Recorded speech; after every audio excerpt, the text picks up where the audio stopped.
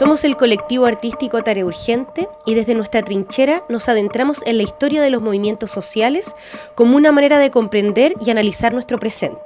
Siguiendo con el trabajo investigativo de nuestra obra Estado Terminal sobre la crisis de la salud pública en Chile, queremos compartir nuestras reuniones de análisis, debate y reflexión sobre la coyuntura que vive el mundo con la crisis sanitaria del COVID-19. Nos reuniremos cada semana junto a Tarea Urgente para reflexionar junto a ustedes, esperando encontrar herramientas que nos den luces sobre cómo accionar frente a la contingencia. Porque lo hemos escuchado de otras voces, sabemos que en estos momentos de coyuntura, nuestro futuro es un horizonte en disputa.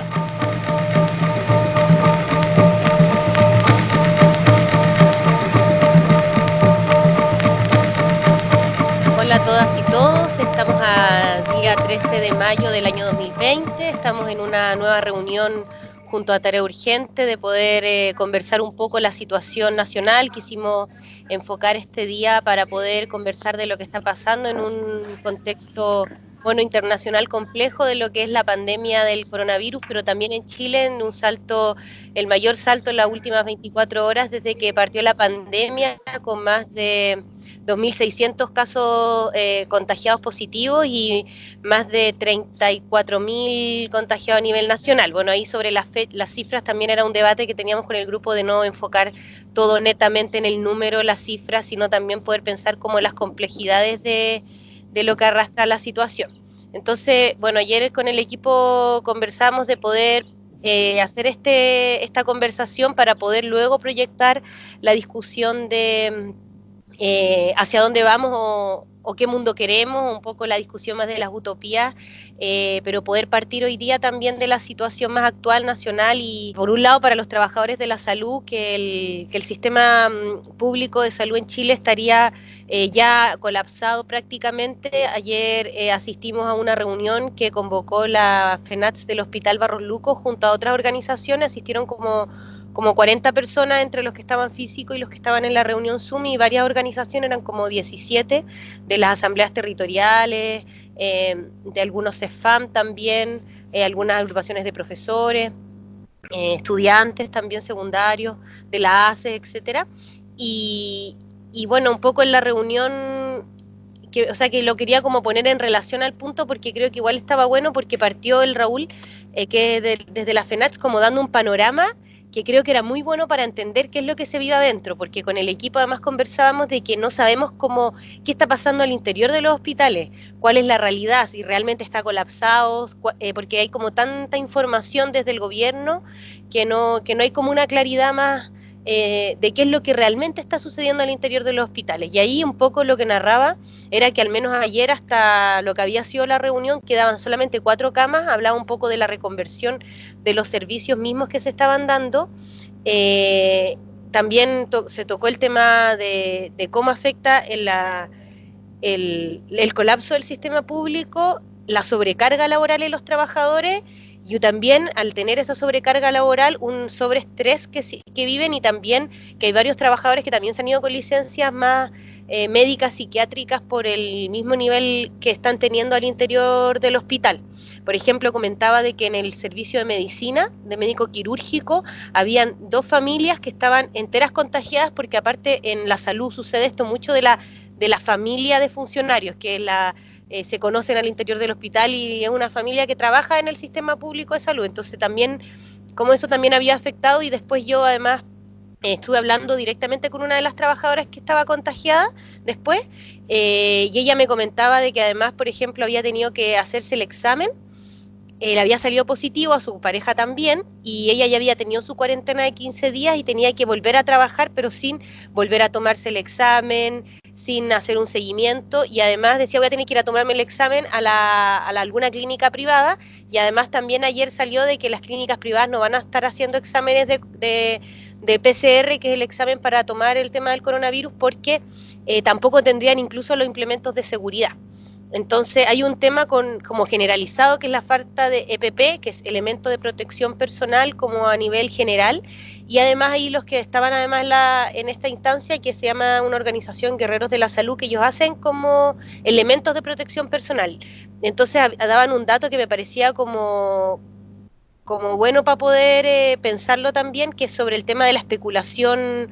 como económica y los altos precios de las cosas, porque por ejemplo ellos están haciéndolo con micas de los protectores faciales, y una mica antes te costaba 1.700 pesos las 100 y ahora decían que costaban no por lo bajo 25.000 pesos y que los elásticos habían subido de precio y que la tela de prolipolitireno. Sí, una cosa, vale, las micas, la resma de 100 costaban antes 7 lucas y hoy cuestan 25. O Eso. Bueno, lo que tú dijiste, sí. Eso que dijo la Delpi. Gracias. Ayer me costó la tela de la tela de Polipropileno. había subido un montón en precio y que era un problema como poder conseguirlo. Entonces también un poco eso fue lo que narraban. Y después como qué salida un poco poder pensar, y también hablaban, se tocó el tema de los despidos, que ya a nivel nacional van como 800.000 personas que ya están sin pega, y eso igual va a traer finalmente cesantía, hambre, que va a ser un problema importante, y que cómo se podía un poco afrontar esa situación, que en última instancia también va a ser un problema de salud pública, porque la gente se va a enfermar al no tener comida en el fondo, y la gente va a ir más a los hospitales. Entonces también era un problema que tocaba profundamente el problema de la salud pública, y ahí yo creo que se pone nuevamente como sobre el tapete lo que comentábamos en las primeras reuniones y que la Connie mencionaba como cita, de que la salud es también un problema muy político. Cuando hablamos de salud pública igual hablamos un poco de política nacional o internacional, porque está muy vinculado con los problemas más de la vida cotidiana. Entonces un poco la situación que se tocaba también era cómo este mismo espacio podría ser un espacio más de pensar acciones o declaraciones o instancias que puedan permitir una articulación para poder enfrentar un poco la situación, en donde el gobierno, ya hemos visto un poco la ley de protección del trabajo, esta idea que bueno, es un poco más de la reunión, pero además en una situación en donde después de que esto ya es como una reflexión más allá de la reunión que yo quería como poner para pensar la situación más nacional, de que en el fondo después de la revuelta, nosotros igual conversamos de que había un momento que Chile igual había cambiado profundamente, o sea, se habían cuestionado las herencias de la dictadura, y que incluso el plebiscito no iba a poder dar una respuesta final a las problemáticas que se estaban planteando, porque no era una asamblea constituyente que fuera libre y soberana, porque todavía quedaban los marcos del Parlamento en donde tú ibas a tener que votar sí, no, y incluso si es que fuera convención constitucional tampoco iba a poder haber una real voluntad libre y soberana del pueblo y de las demandas, cómo se iba a plantear el tema de la educación gratuita, un sistema único de salud, e incluso ahora ante la pandemia la posibilidad de la unificación del sistema público y privado para poder dar una salida ante la crisis ahora, por ejemplo. O sea, eran cosas que estaban muy profundamente y que se habían cuestionado, y que el gobierno al inicio de la pandemia había logrado instalar un clima de unidad nacional donde había subido en las encuestas incluso, pero que ahora en el último tiempo tampoco ha podido salir con fuerza de... O sea, todas las cosas que han venido planteando han sido cuestionadas. Cuando plantearon lo de la nueva normalidad, la apertura de los malls, hoy día tienen que plantear cuarentena nacional, la misma designación de la ministra de la Salud, que era pinochetista además, también fue muy cuestionada, también fue un revés para el gobierno, y así hay que ir viendo cómo va siendo la situación, pero al menos yo veo que a nivel nacional hay una situación más dinámica, en donde el gobierno no termina de asentar eso, pero sí, y también un tema de cómo sale, qué respuesta se puede dar un poco desde los trabajadores, los pobladores, los mismos estudiantes ante el problema. Y me parecía también, en un momento en que la situación ya está casi en colapso, veíamos la trabajadora del Van Buren, además, que falleció hace 2 días producto de la falta de insumos de protección personal, una trabajadora que llevaba 15 años en el servicio público y que además sus 2 papás también estaban hoy día por coronavirus, internados en el hospital, y una situación, o sea, realmente como crítica, y qué respuesta se podía dar un poco a eso. Y lo último que también como para pensar todas las cosas y no solamente ver un poco un clima más desolador y de que nos queda un poco más resistir ante la situación, sino también ver qué experiencias o expresiones pueden salir a la luz de pensar cómo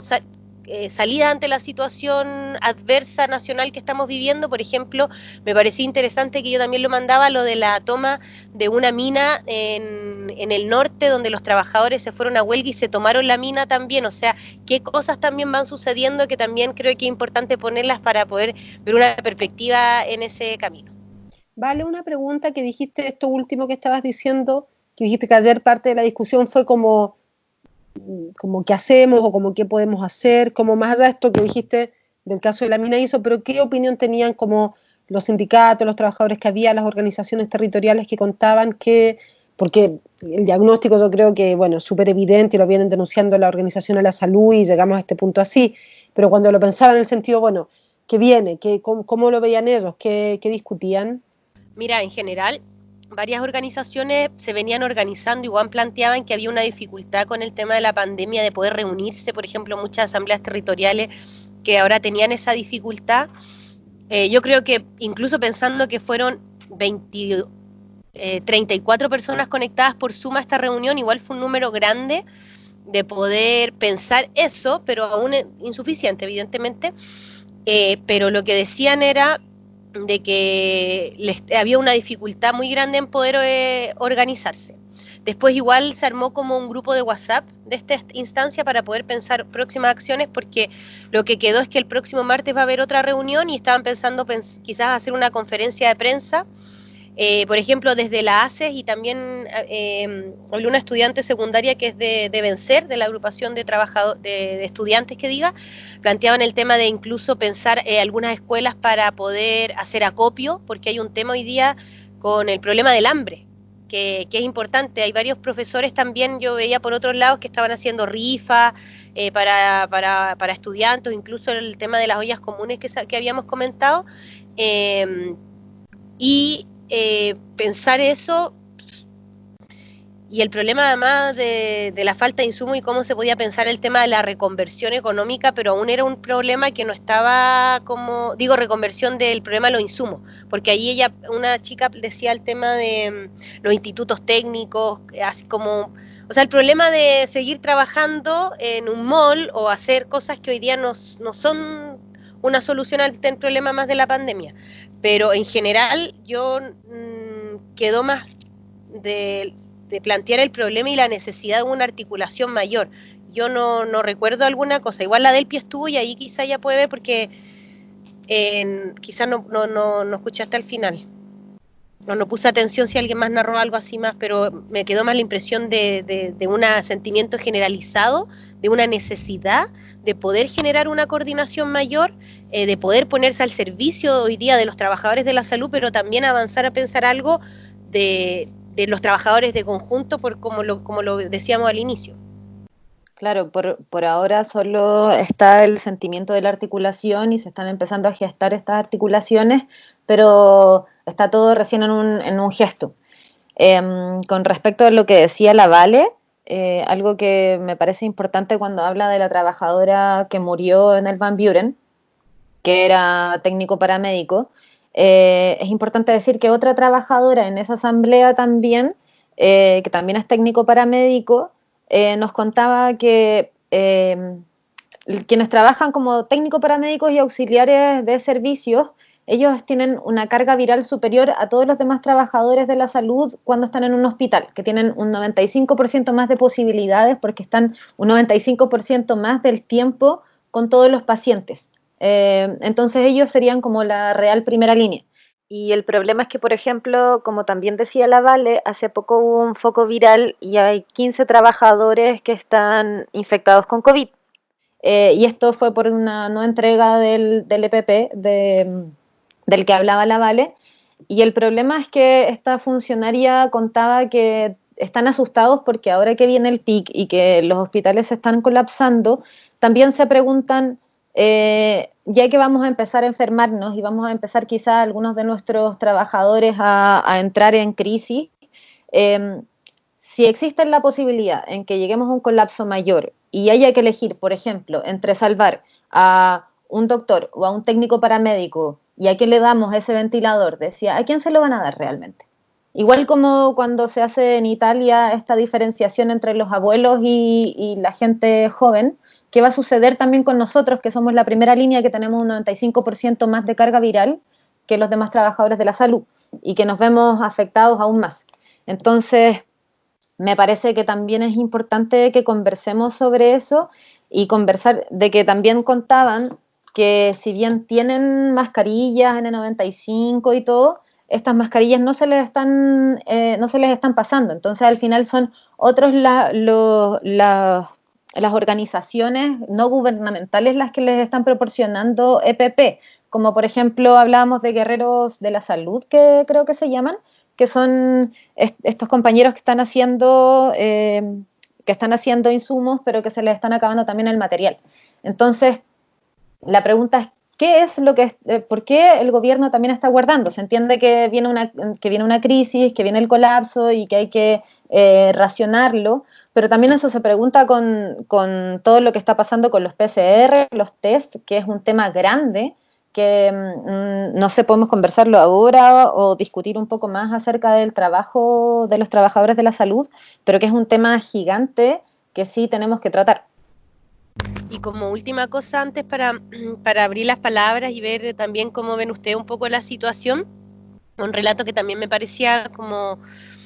clave que habló ahí en la asamblea, un trabajador del Barros Luco que trabajaba como la parte de ropa sucia, que son los que limpian la ropa sucia de los enfermos, que igual es un trabajo crítico. Y él narraba del problema de la falta de los insumos, de que saben de que hay insumos y que los tienen guardados bajo llaves, y ahí un poco la demanda del suelte los insumos ya, de las protestas virtuales que han hecho, porque en el fondo es como, ¿hasta qué momento estás esperando? La pregunta, para soltar esos insumos hacia los trabajadores, porque si es que turnos enteros se contagian, ¿quiénes van a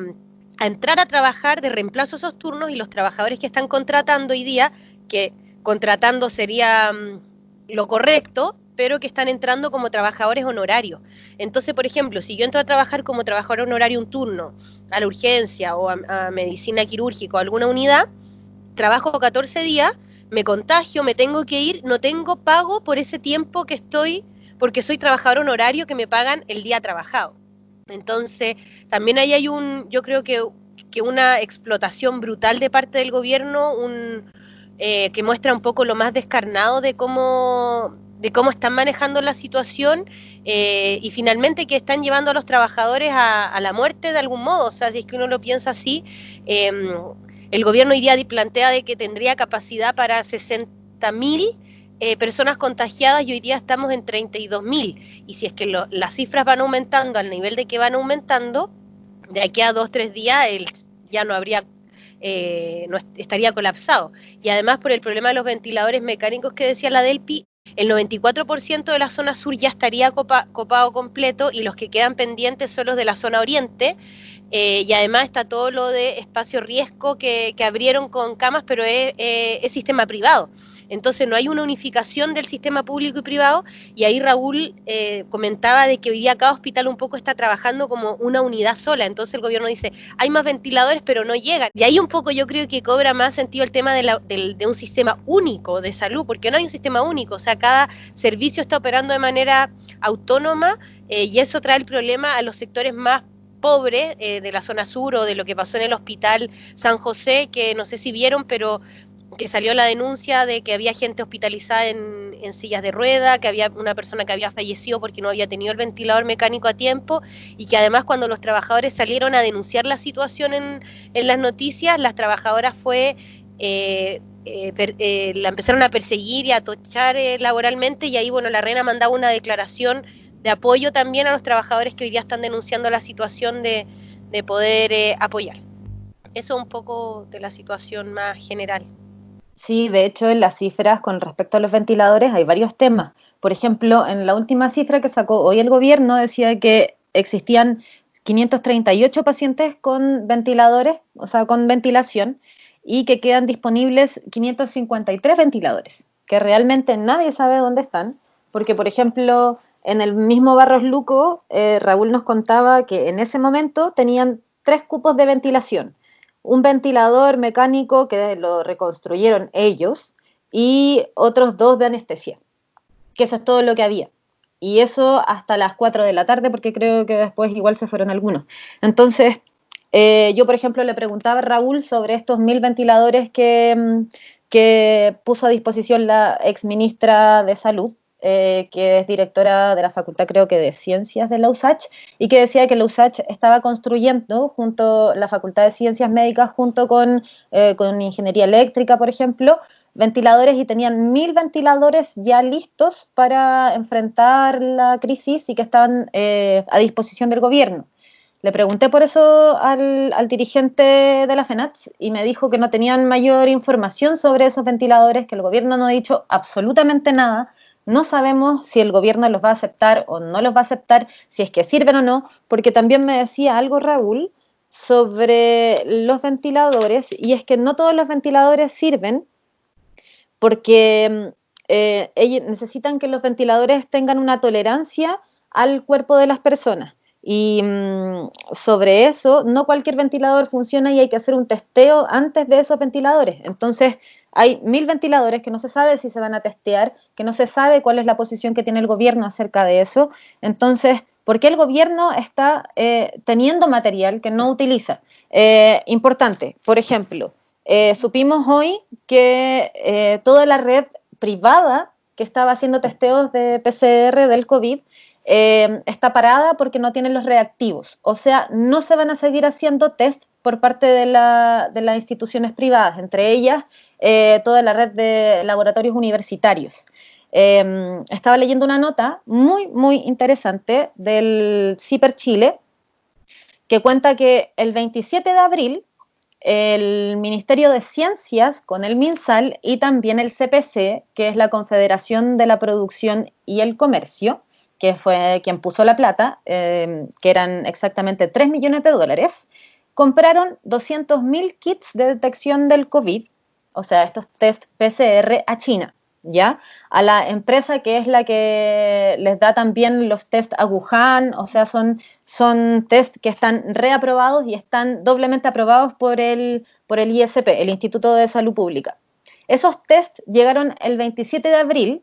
¿Y por qué está el Ministerio de Ciencias también dentro de esto? Porque el Ministerio de Ciencias, cuando empezó el COVID en Chile, solo el ISP era el que hacía los test. El ISP hace el 7% de los test hoy que se hacen en todo Chile. Entonces, como era un cuello de botella, comenzaron a hacer test más personas y el Ministerio de Ciencias agarró a todas estas universidades privadas y les dijo que por favor hicieran una red de laboratorios para poder hacer los test del COVID. Entonces, lo que sucede es que de los testeos que se hacen de los PCR, la red pública hace el 43% y el ISP hace el 7%. O sea, que el MinSal en total hace el 50% de los test que se hacen hoy. Y la red privada de laboratorios universitarios hace el otro 50%. Y todos estos 200.000 kits que se adquirieron eran para poder darle suministro tanto a la red pública como a la red privada. Pero, ¿por qué es que el MinSal tiene esos 200.000 kits guardados en una bodega en Pudahuel? Eso es lo que nadie entiende. Están guardados. Esa es la gran pregunta también que se hacen en CIPER Chile. ¿Por qué? Si eran también para la red privada, no se están haciendo. Hoy se hacen 10.000, más o menos entre 10.000 y 12.000 test al día. Entonces la pregunta es, si están saliendo el 10% de esos 10.000 o 12.000 test que se hacen al día, que salen positivos, el 10% de ellos, o sea, entre 1.000 y 1.200 positivos diarios, ¿por qué es que ahora no se quieren entregar esos 200.000 kits? Esa es una pregunta que también tenemos que hacernos. Yo personalmente creo que si ellos bajan también la cantidad de test que hacen al 50%, van a estar haciendo más o menos 5.000 test diarios, van a salir más o menos 500 personas positivas por día. Entonces eso va a bajar también las cifras del gobierno. Entonces también es una pregunta que queda abierta. ¿Qué piensan ustedes acerca de eso? Porque de que no se están entregando estos 200.000 kits, no se están entregando. La otra posibilidad también que puede ser es que simplemente no tengan más reactivos que esos y entonces son 200.000 kits que ellos podrían estar haciendo a lo largo del tiempo, no sé, en 20 días o hasta 40 días. No sé qué piensan ustedes. O sea, yo creo que igual estamos en un momento donde también por un lado hay tanta información dando vueltas, hay tanta información oficial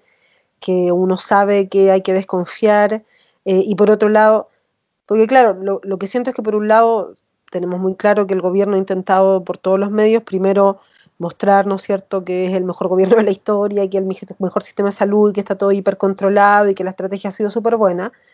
Yo siento que hay un segundo discurso comunicacional que es el de echarle la culpa a la gente, que el problema ahora es que nosotros no respetamos la cuarentena y por lo tanto somos nosotros y nosotras y las responsables de los picos de los contagios y entonces tuvieron que llegar a la cuarentena total porque no les quedó otra por culpa nuestra. Y claro, en el medio de eso por supuesto que sabemos que la información está súper manipulada. Pero claro, por otro lado está esto que ustedes señalan, que en el fondo hay mucha información que tienen las organizaciones de salud o sindicatos, etcétera, pero que a su vez no logra como pasar como que hay un choque ahí. Entonces, ahora, yo creo que pensar como cualquier estrategia de gobierno en este momento, siento que también un poco los tipos están reaccionando así. Todo lo que leí hoy digo es que en el fondo los tipos se resistieron hasta el último momento a la cuarentena total, no querían cuarentena total, van a tratar de levantarla apenas puedan. Y claro, dentro de eso puede ser lo que tú dices del PI, de controlar un poco más la cantidad de test. Hoy también escuché que decían en alguna noticia que también estaban echando la culpa que cualquier persona se iba a tomar el test, cuando el test se lo tienen que tomar las personas que en realidad tienen síntomas o que están en riesgo directo. Entonces como que también el problema es que se tomaron muchos test de más. Entonces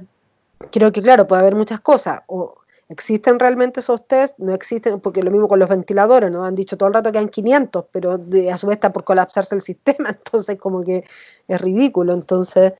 o puede ser que claro, que quieran empezar a controlar mejor la cantidad de test que hay, ¿cachai? Como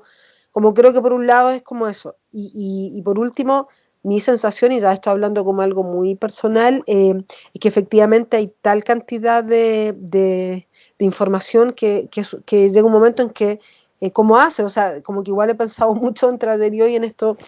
que venimos hablando, pero ya no el gran hermano en el sentido, o de la cuestión de como la tecnología, como el seguimiento, los celulares y eso, sino de que realmente hay un nivel tan grande de una información que como que, ¿cachai? Te deja en un estado súper de indefensión, o sea, que como, ¿qué es? Porque por un lado, por ejemplo, no sé, todo el rol que viene cumpliendo esta mina, la Alejandra Matus, que es esta periodista en Twitter, ¿no es cierto?, que es la que viene haciendo montones de denuncias, no sé si la cachan, que es una mina que, pucha, me acuerdo cuando volví a Chile, esta mina había sacado un libro que era el libro negro de la justicia chilena y que se tuvo que ir como al exilio un poco la mina, porque fue en el 98, por ahí, 97, y la mina denuncia en el fondo como todo el poder judicial y como su connivencia con la dictadura, ¿cachai? Y la mina vivió muchos, claro, la Alejandra Matus, y vivió, dice la Connie, y vivió muchos años afuera, la mina después volvió y hoy en Twitter es como la periodista en el fondo que la mina tiene fuentes muy buenas y es la que viene denunciando miles de cosas, síganla si pueden, porque una mina muy, muy buena y seria. Ya me perdí dónde iba, pero en el fondo estaba hablando esto claro, del volumen de información que se maneja y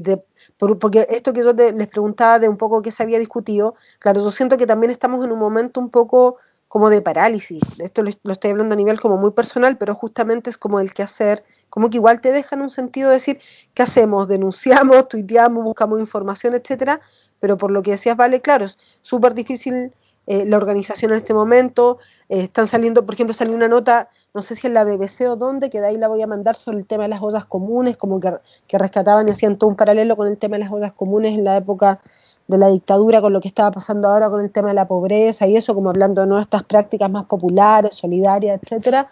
Pero claro, como que llega un momento en que igual toda esa información y todo esto que está pasando es como que te sentís súper abrumado y como que ¿para dónde agarráis? Como, no sé si se entiende un poco, no sé si quiero decir algo en realidad, digo como sensación.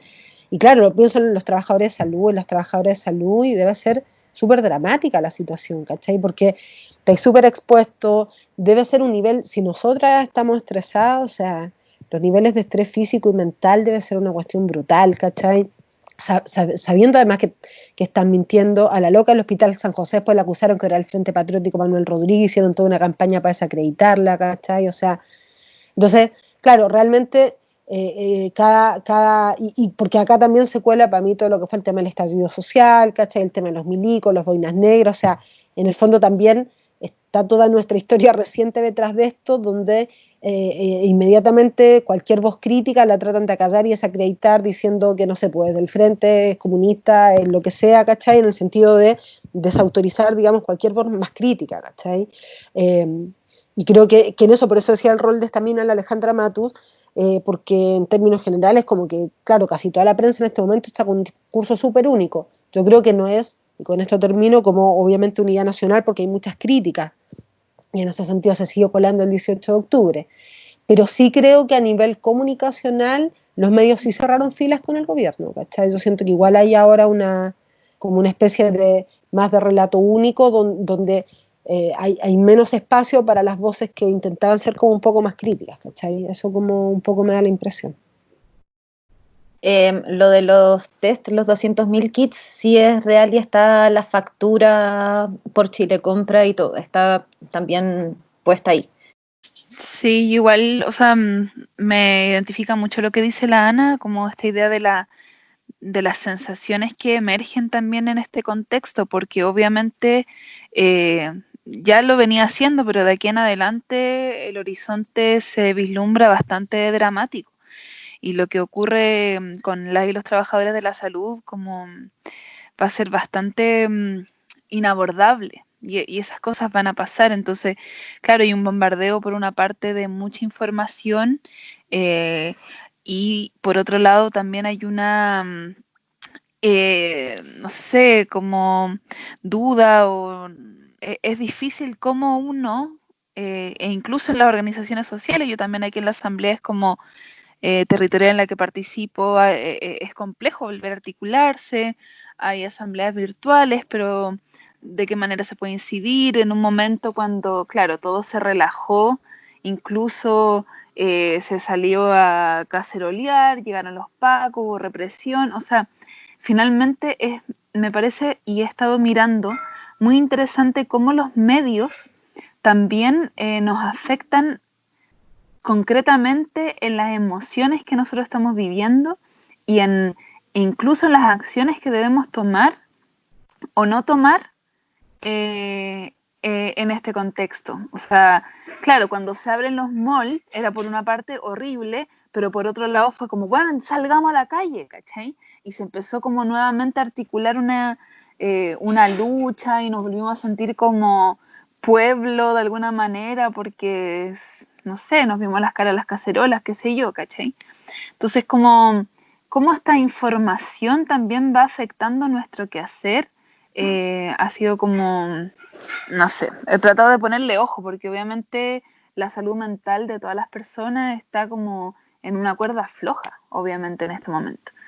Y por otro lado pienso en este disciplinamiento, como esta idea como de represión, de cuarentena y de vigilancia y lo peligroso que puede ser que finalmente la vigilancia, la sanción militar en la calle sea algo que la gente pida y uno lo ve como en los comentarios, no sé, pues después de cada vez que habla Maña, el hecho qué sé yo, como los comentarios de los en vivo en la prensa, que yo no tengo tele, entonces lo veo así, es como, no, vamos, hay que reprimir más, tienen que haber más vigilancia, aquí la gente sale nomás, entonces como ese pedido de que haya vigilancia en las calles me parece peligroso como relato. Y también como relato me parece peligroso la idea de que obedecer comience a ser algo muy positivo, ¿cachai? Un poco... Bueno, la otra vez estaba escuchando al Darío Stanzrachber, ese argentino que divulga filosofía, y hablaba un poco de esa idea, ¿cachai? Y me hizo mucho sentido, como que obedecer o no sé, empieza a ser como algo muy bueno, en vez de favorecer esta idea de pensamiento crítico que, bueno, aquí todas sabemos que es algo positivo en general en nuestro vocabulario. Entonces, bueno, como que creo que hay muchas aristas que hay que mirar. A mí personalmente me está preocupando mucho la situación social que se avecina. No sé, ya a veces desde el balcón aparecen situaciones de violencia, robos, qué sé yo, porque obviamente la necesidad está allí, el hambre es una realidad, entonces también cómo articular estas redes de resistencia comunitarias en este contexto es súper difícil, porque lo que veíamos, o sea, ya ollas comunes, sí, súper bien, pero focos de contagio quizás en Puente Alto, de esta información que nos llegó, qué sé yo, como que en el fondo son tiempos difíciles,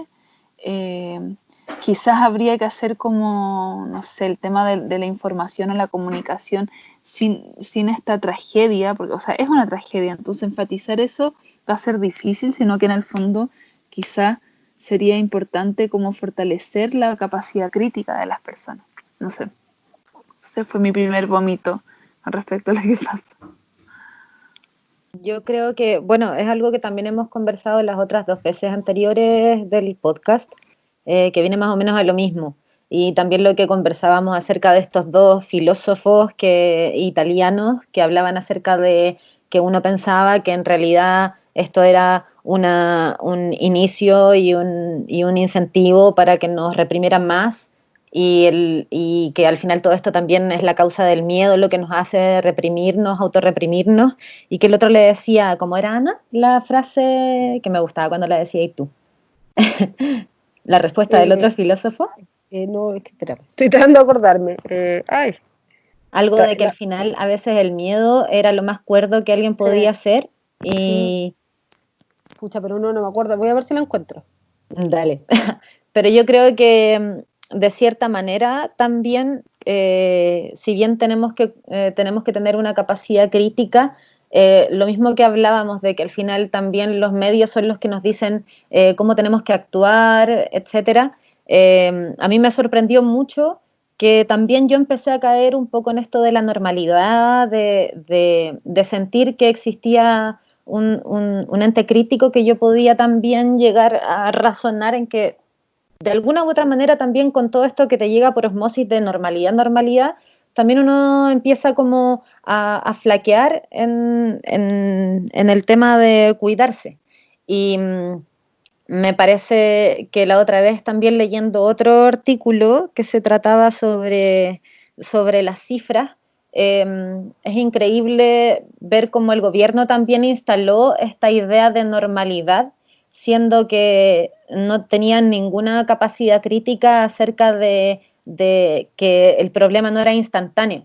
Porque también lo que se hablaba era eso, cuando uno va y muestra cifras acerca de la gente que se está infectando y de la letalidad, estamos hablando de tiempos distintos. El tiempo de la gente que se está infectando hoy no es el mismo tiempo de esa gente que acaba de morir, porque esa gente que acaba de morir estuvo infectada hace 2 semanas, 3 semanas, 4 semanas, que es el tiempo en que te demoráis en agravarte y en morir. Eso depende, pero depende de cada persona también y de su organismo, pero más o menos son cifras que no tienen relación. Entonces, cuando a ti te hablan y te dicen, no, pero la tasa de letalidad es baja, sal nomás a comprar, tómate un cafecito con tu amiga y todo, hizo que también la gente empezara a salir más a la calle, que se cuidara menos, y ahora tenemos cifras de 2.600 personas que se están contagiando, cifras que no sabemos si son reales, pero que son cifras que están y que podemos ver. Entonces la pregunta también es, en esta semana se han estado contagiando 1.000 personas diarias, y esas personas no son las que van a morir ahora, son las que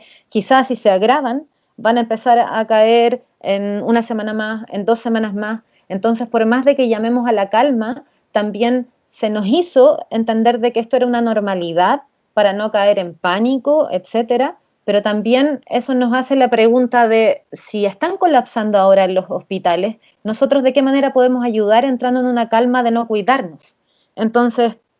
al final, toda esa gente que está empezando a enfermarse ahora es gente que si se agrava va a estar en un lugar donde no hay camas UCI o donde no puede que no existan ventiladores. Entonces yo creo que también el hecho, también como lo conversábamos en los podcasts pasados, de que al final uno se cuida porque quiere cuidar a los demás, y el hecho de la represión y la vigilancia, que sí es lo que está sucediendo, va a suceder igual, pero al final depende de nosotros cuidarnos para no colapsar el sistema. Y sobre lo de la represión, me parece algo muy interesante que en Hong Kong empezaron nuevamente las manifestaciones que habían sido paradas por el COVID y que ahora, después de que todo el mundo dijo, ¡ay, qué buena la forma de gestión que tuvo China con su televigilancia y todo! Ahora están de nuevo la gente en las calles. Entonces, quizá yo creo que tenemos que pensar que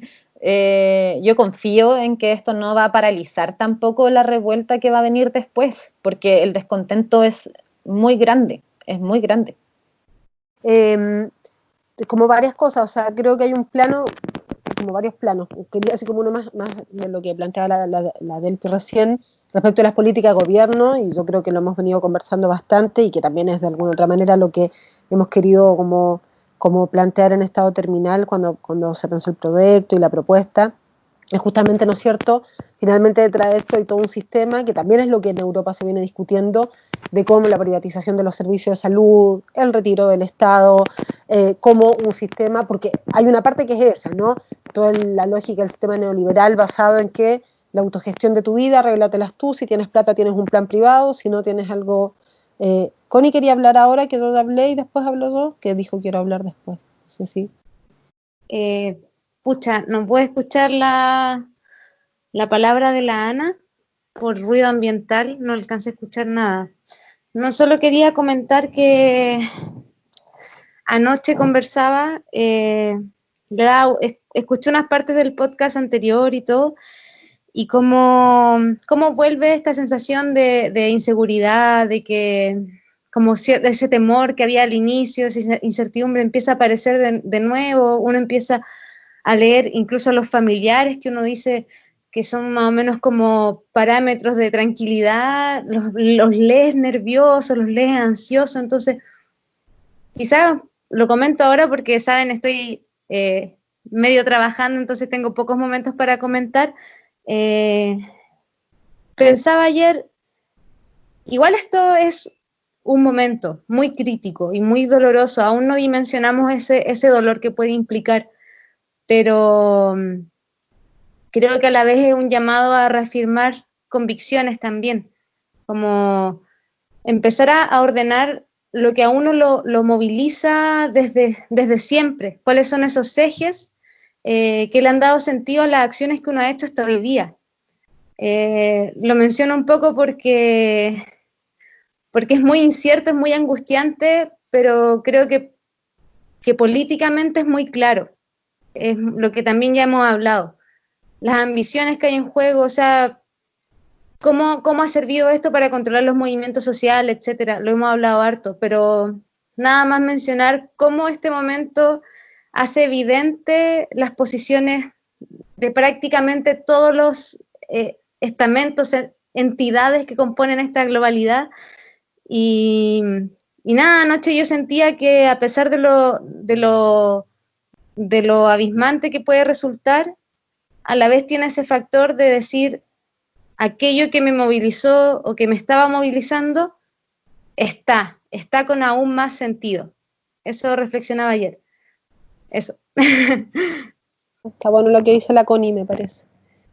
Bueno, si no, tres ideas nomás, como una de eso que decía para mí de la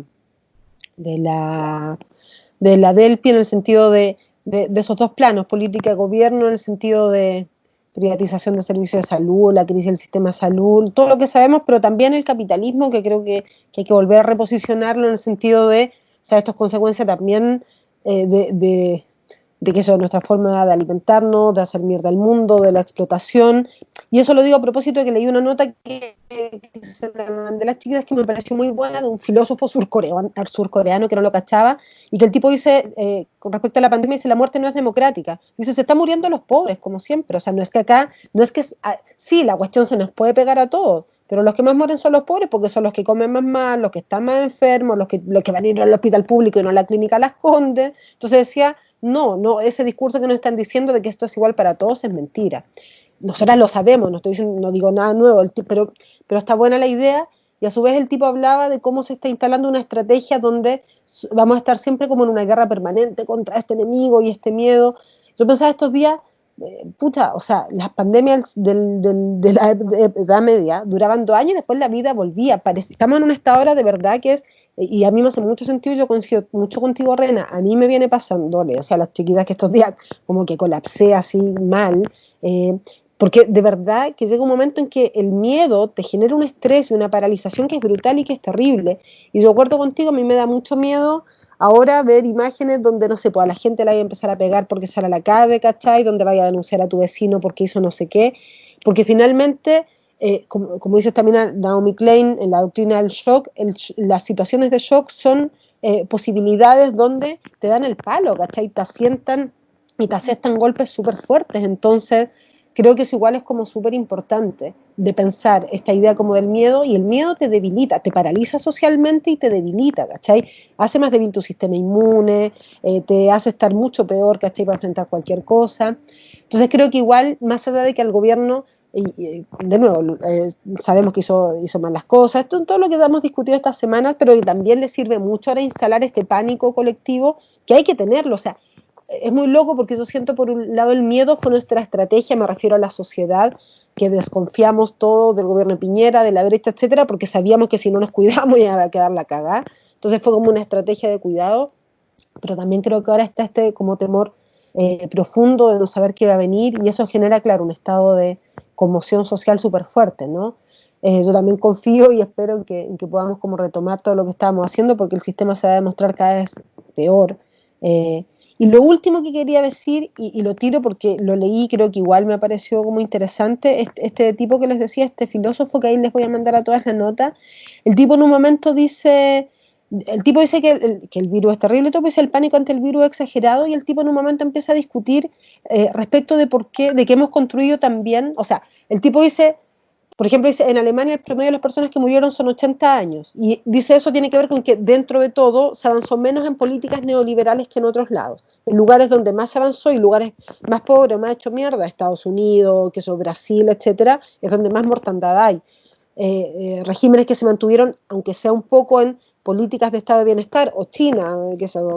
en control del aparato del Estado en manos del Partido Comunista, etcétera, también. Entonces, la muerte efectivamente es más reducida y afecta a algunos sectores más específicos. Pero después el tipo hace toda una discusión súper interesante también sobre la muerte, ¿no? Y decía el pánico que le tenemos a la muerte y que vivimos en una sociedad donde en el fondo lo único que busca es alargar la vida como de lugar y a donde sea, y no importa cómo, pero siempre tienes que vivir. No digo que es para discutirlo ahora, pero me pareció interesante esa reflexión también, o sea, también en un sentido de pensar más en el mundo que queremos vivir, ¿no es cierto? Y en todas estas estrategias como de control y de biopolítica y eso, porque claro, por otro lado igual, por ejemplo, no sé si le ha pasado, pero mucha gente dice cuestiones muy simples, se puede vivir con menos, agarrar un libro de nuevo, como hacer un montón de cosas de tu vida cotidiana, que vivimos en un sistema que nos impide cualquier disfrute y goce de la vida. Tenía un disfrute y goce porque salís, carreteáis, tomáis, no sé qué, todo eso, pero en un sentido más como profundo. Entonces, claro, lo vamos a discutir la otra, pero ante la utopía, ¿qué viene? Más allá del mundo que queremos, la mayoría dice, o sea, efectivamente, o aprendemos algo y tratamos de cambiar el mundo, o la cagada va a seguir exactamente igual, vamos a seguir de esta igual, exactamente igual que como veníamos. Entonces creo que igual, también por esto último que decía la Connie, que acuerdo mucho, se mantienen vivas todas las cosas por las que habíamos salido a luchar el 18 de octubre, y están ahí, y eso es súper importante como retomarlo todo el rato. Súper interesante y motivador todo lo que se ha dicho hasta el momento. Coincido con muchas opiniones de varias de nosotras, y me gustaría como aportar un poco a la discusión que se está teniendo dos planos, uno a nivel macro, que tiene que ver con las políticas públicas, bueno, y las noticias, ¿no?, que aparecen. Por ejemplo, hoy día aparece toda esta discusión sobre la aplicación del CINSE y la cantidad de dinero que implica eso ante una sordera y una tosudez, pero inigualable de este gobierno fascista, de invertir recursos en estupideces como esa, ¿no? Como medir el CINSE en un año escolar que no ha podido ser no ha podido realizarse de forma normal ni anormal. En muchos colegios no han tenido clases, nada de eso. Entonces, por otra parte, también la interpelación que tuvo la trabajadora de la salud, que eso creo que fue ayer o antes de ayer en la prensa, ¿no? Con esto de dónde están los ventiladores o lo que sea. Entonces, creo que a nivel como social está ya súper evidenciado el descrédito de las informaciones del gobierno. En lo personal me cuesta creer en la validez de las cifras que nos dicen. No es que piense que no existe efectivamente ese número de contagiados, sino más bien creo que como la manipulación de la información nos puede llevar a esta como miedo y recogimiento y desarticulación. Bueno, ustedes saben, vivo acá en el barrio Yungay, y hemos visto la militarización de las calles de forma muy agresiva, la persecución política y la desarticulación social a través de distintas formas, ¿no? Esa es la más evidente, pero sigue pasando. Entonces, mi pregunta va pensando en los próximos meses, sobre todo con la población migrante que tiene el barrio y que tiene la región metropolitana. La mayoría de ellos viven en condiciones de hacinamiento, viven del comercio ambulante, y en situación de cuarentena es brutal. Entonces, creo que el factor económico en algún momento va a hacer aún más evidente esta lucha de clase y de las estrategias que se pueden tener, porque nosotras tenemos el privilegio, se diría en otro momento, de poder hacer nuestra cuarentena en casa, de recibir a lo mejor remuneraciones, pero si no fuera ese el caso, tendríamos que salir a la calle de todas maneras, y eso implica un riesgo. Ahora, si no te mueres contagiada por COVID-19 o por otras cosas, te mueres de hambre o no sé, te tiran al suelo, como pasó en ese video que se filtró en La Victoria y en el Bellavista de la Florida, me parece, en una estación, en un paradero de micro, unos militares con a un chico de guitarra joven en el suelo con un pie encima. Entonces hay una evidenciación, o no sé cómo se dice la palabra correcta, pero se evidencia esa desigualdad de la fuerza en la opresión. Como que pienso en esta cosa como ejemplar que nos quieren de alguna manera imponer. Y bueno, como para terminar, sobre utopías, como pensando en cómo se puede, en cómo se vislumbra esto, o cuáles pueden ser las salidas posibles. Yo pienso que no hay que soltar las formas de encuentro que hemos hoy día construido, como este mismo espacio, en la virtualidad, a través de los podcasts o de las grabaciones o de lo que sea. Es una manera de resistir, y sí o sí hay que persistir en esto, o sea, no abandonar estos espacios de encuentro por más que no sean como los reales, ¿no? Y también creo que hay momentos, no sé, voy a decir algo que puede sonar a lo mejor un poco hippie, pero lo pienso así. Como en la naturaleza hay ciclos, ¿verdad? Como, no sé, viene el invierno, después viene la primavera, después viene el verano y así. Y como también todos los ciclos naturales, creo que esto va a explotar, y va a explotar fuerte, y se viene tal vez inclusive una tercera guerra mundial o no sé, algo va a pasar fuerte, y yo creo que en nuestro territorio, país, va a venir una revuelta tal vez violenta, tal vez con sangre. Puede que sí. Pienso que más allá de todos los resguardos que podamos tomar, hay un descontento y una rabia y una indignación que va a ebullir. No hay otra manera, no hay otra manera. Y eso, pienso todo eso, que es importante poder como alimentarnos desde la intuición, el sentir, la información, los textos, la teoría, como tratar de conjugar todas esas canales de información que nos llegan para poder también elaborar ciertas miradas y posicionamientos respecto de la realidad, que está súper incierta, pero que va cambiando. Creo que América Latina completamente toda va a estallar. Ojalá, ¿no? Que se acabe el mundo. Eso quería decir. No, o sea, a mí me parece muy bueno también como la Vicky lo pone. Yo creo que dialogando un poco con el tema del estrés, la sobrecarga o el tema más de la salud mental hacia los trabajadores y hacia nosotras mismas, evidentemente es algo complejo, a ver, voy a ordenarme un poco mejor, pero como primero lo que quería decir era un poco por lo que planteaba la Ana y la Rena del tema de la salud mental, que es un problema importante. El otro día hablaba con algunas trabajadoras del Sótero del Río, que habían algunas que estaban, una trabajadora con crisis de pánico y había tirado unas, o sea, el solo hecho de volver a trabajar la tenía muy mal, y eso asimismo cuando uno lo escucha también la pone mal, porque uno empatiza también con su sentimiento y es como impotente también de pronto qué hacer ante algo que sería una solución tan mínima como poder trabajar con elementos de protección. O sea, no es no querer trabajar, sino tener la seguridad de poder hacerlo por ti y por tu familia. O sea, mucho también ha pasado el tema de que tienen familia, que tienen hijos, que viven con adultos mayores, y sobre todo además sabemos las labores de las mujeres, que son las mayores cuidadoras, entonces, y el 85% de las trabajadoras de la salud son mujeres además, entonces uno además empatiza mucho y puede llevar a una frustración o a un ahogamiento o no ver salida. Y yo creo que un poco la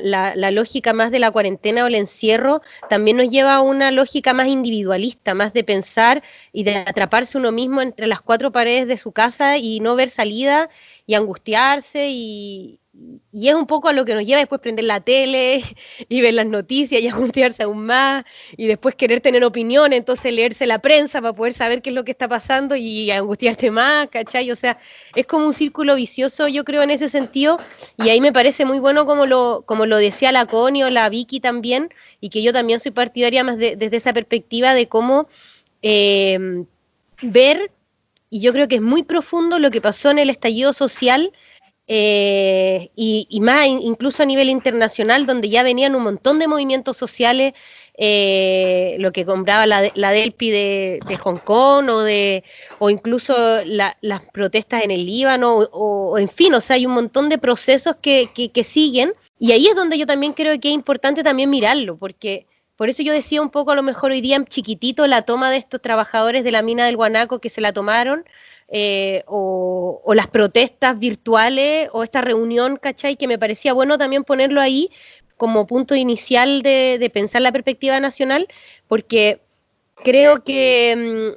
hay posibilidades aún. O sea, creo que ahí está un poco la clave. Creo que la pandemia nos muestra el carácter mundial que tiene el capitalismo, y ahí mismo fortalece un poco la perspectiva más de seguir peleándola y que se puede dar vuelta al tablero. Yo la otra vez les compartí además lo que fue el acto del 1 de mayo, bueno, no sé si lo pudieron ver, pero me parecía muy bueno también, porque se narraba a nivel internacional un poco cómo está la situación, y uno ve que es más o menos similar, pero de que también existe una perspectiva, una alternativa de poder pelearla, y yo creo que hay que pensar en eso, o sea, si no nos angustiamos, o sea, creo que hay que mirar en que sí existe una alternativa de poder dar vuelta a la situación, y que a lo mejor hoy día no tiene la potencia que nos gustaría o lo vemos como más en pequeño, pero que si nosotros ponemos ahí la fuerza, y que yo creo que es lo que venimos haciendo además con Tarea Urgente, de recibiendo denuncias, de lo que poníamos ahí en el video, de invitar a la gente a que si quiere expresar también lo puede hacer, y nosotras mismas la lectura dramatizada que hicimos para el 11 de mayo, incluso a propósito de lo mismo yo reflexionaba más, o sea, salió un video de 500 organizaciones de trabajadores y artistas planteando que la administración de los centros culturales tiene que ser otra, abriéndose esa pregunta, o sea, ¿por qué? Y yo creo que ahí, incluso ante esta situación, nos permite reflexionar más allá de por qué los artistas, los trabajadores y las comunidades no nos podemos hacer cargo de los espacios culturales, digo, pensándolo en chiquitito y así hacia lo mayor. O sea, creo que también esto nos abre la mente de poder pensar otras maneras de gestión, de perspectivas, y que yo creo que también podemos tomarlo desde ese lugar. Y también buscar espacios también de liberación. Yo creo que es importante que en nuestra rutina, por decirlo así, podamos integrar también momentos de distensión, pero que también a mí al menos cuando nos unimos y pensamos en una perspectiva y vemos que tenemos una posición más crítica a la situación y vemos que que otro mundo puede ser posible, también al menos a mí eso me llena como de energía y de fuerza de poder seguir peleándola, porque te veis que no estáis sola. O sea, aquí ya somos 7, 8, 10 compañeras que pensamos que se puede pensar otra perspectiva, que nos damos la tarea de poder discutir, como lo decía la Vicky, de reflexionar, de buscar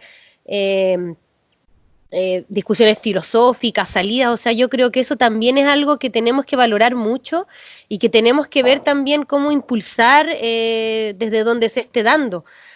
Entonces yo creo que hay que tratar de, por un lado está un colapso y una situación, pero también hay una garra, una fuerza que vamos a exigir lo que necesitamos y también hay una situación al interior del hospital que me comentaba el Raúl, que también hay tanto agotamiento y hay como naturalización de la situación,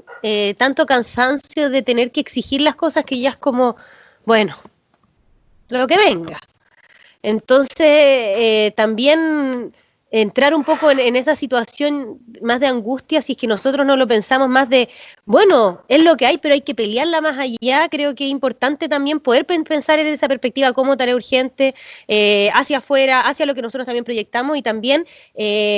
mirarlo, o sea, no solamente decirlo, sino también creo que es importante que nosotras lo palpemos, y yo creo que eso es bacán también de estas conversaciones, de poder colectivizarlas también en esa perspectiva. Con respecto a lo mismo, creo que es más o menos lo que siempre hemos hablado, o sea,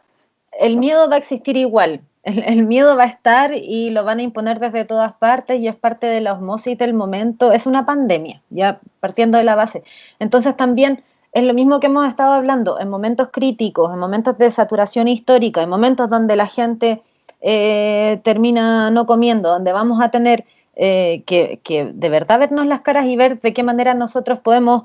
salir adelante, en esos momentos también es cuando tenemos que reafirmarnos de qué manera queremos, cuál es nuestro posicionamiento frente a eso, o sea, si vamos a solamente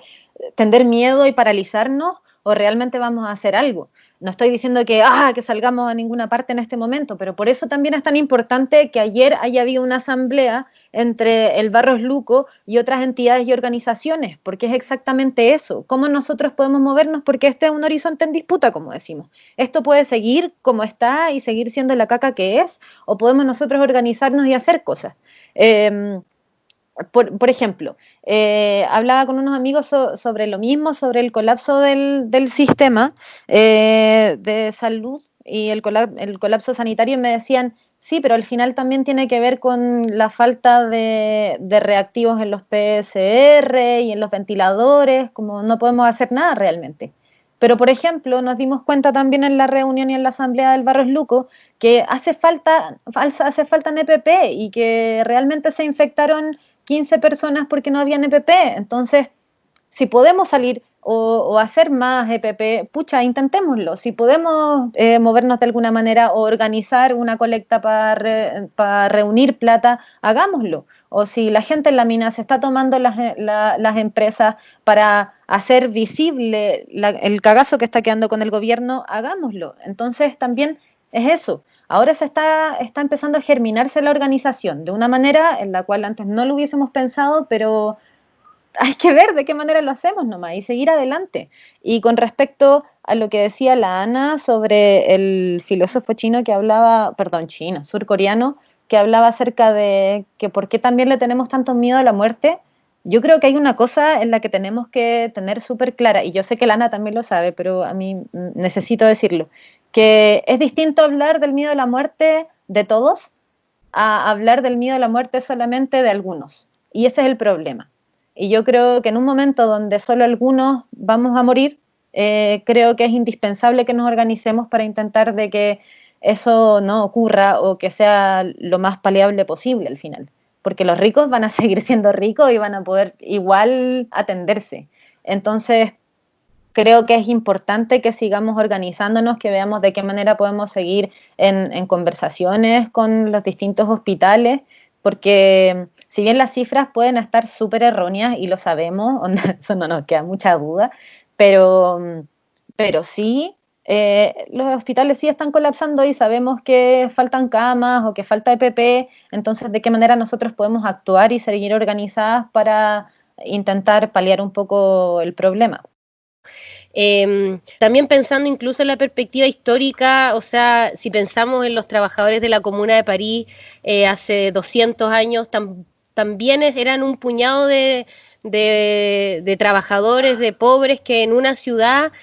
no esperaban tampoco a lo mejor un milagro, una transformación, pero sí tenían esa necesidad de poder salir a pelearla. A lo mejor no tenían la utopía lista, transformada, no estaban organizados, pero sí plantearon una perspectiva mayor, y que hoy día, si nosotros sacamos las mismas lecciones de esos primeros trabajadores que se organizaron y vamos sacando las lecciones no solamente de ellos, de lo que fueron los cordones industriales, de lo que fueron los procesos revolucionarios en el mundo, también podemos hoy día pensar una perspectiva mayor. Yo creo que también es importante no solamente ver las miserias, las dificultades que nos ponen los capitalistas, por decirlo así, sino también cuáles son los elementos más avanzados de la historia. O sea, estamos haciendo historia, somos parte de la historia, y no va a venir solamente, no van a ser naturalmente hoy día a lo mejor una revolución, pero sí tenemos que prepararnos, pensar la estrategia, y pensar y proyectarnos para vencer, porque ya sabemos que lo podemos lograr, y si es que no lo pensamos así, damos la pelea desde ese terreno, creo que también lo podemos ver desde otra manera para poder pensar como hacia el futuro, y proyectándonos también hacia la próxima reunión que viene, que es más de qué mundo queremos, qué soñamos y qué utopías son las que se vienen discutiendo. Muchas gracias a todas por participar y nos vemos en otro capítulo. Adiós.